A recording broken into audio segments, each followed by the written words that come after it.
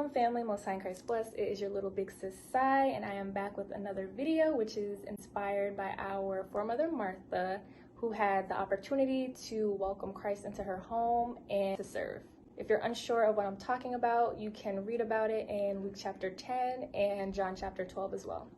Without further ado, let's get into some ways on how to be more hospitable. Up first is tidy up. You want to clean up the area where your guest will be. You want to wipe down the counter, get things off the floor like toys. Don't neglect to clean the bathroom. Make sure you have soap available, toilet paper, and clean towels. Up next, you want to greet your guest when they first arrive and allow them to feel more welcomed, and it's also just another way to show more respect. You're acknowledging their presence, and it's just a way to let them know, I'm so happy that you decided to come. When you open the door, you want to show yourself friendly, so don't open up the door with like a straight, like dead face. Typically what I do when I open up the door, you greet them first, of course, say Shalom, Most High in Christ blessed, make eye contact, give them a side hug, smile, ask how their day was, just small talk, you know.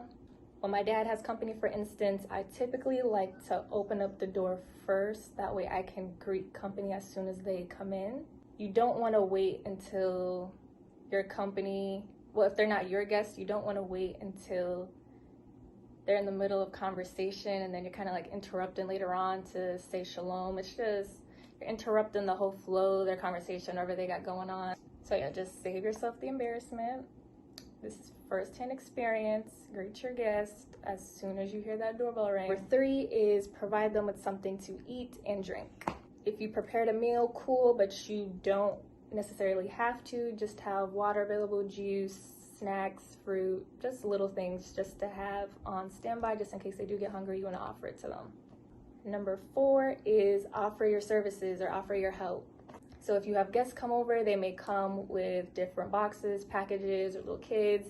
You want to offer a helping hand and see if you can help them out in any way. If they come with their child, for instance, you can offer to pick them up once they enter through the door, change their diaper, dependent on how well you know them, as well as your guest comfort level with you.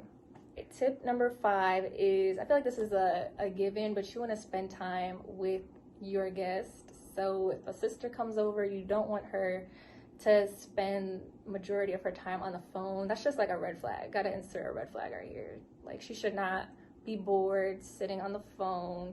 If I'm over at somebody's house and I'm on the phone the whole time and I'm bored, like, I don't think I'd be invited back, or I wouldn't want to come back. You know, you want to have a good time wherever you are staying. You want your guests to feel welcome. If you're not good at keeping a conversation going, if you're on the shyer end, like myself, I have like key things that I'll do to initiate a conversation if the other person's not really talking, or I have to be hospitable, of course.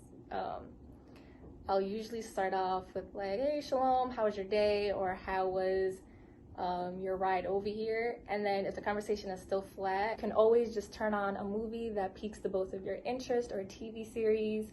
And you can start off a conversation like that easily. You can ask about what hobby she's into, what did you study this week, things that pique her interest. You just want to like dig deep into that. That's what I do. It seems to work, so hopefully that helps. Last but not least, tip number 6, you want to double check the areas that your guests have been in. I like to do like a quick run around the house and the areas that the guests have been, just to make sure that they don't leave anything behind, because nobody's trying to come like an extra 2-3 hours because they forgot their phone, their wallet, their ID. So I like to check under the couch, the pillows, underneath the table, just make sure that they have everything. Say shalom, good night, text when you get home, side hug, you know.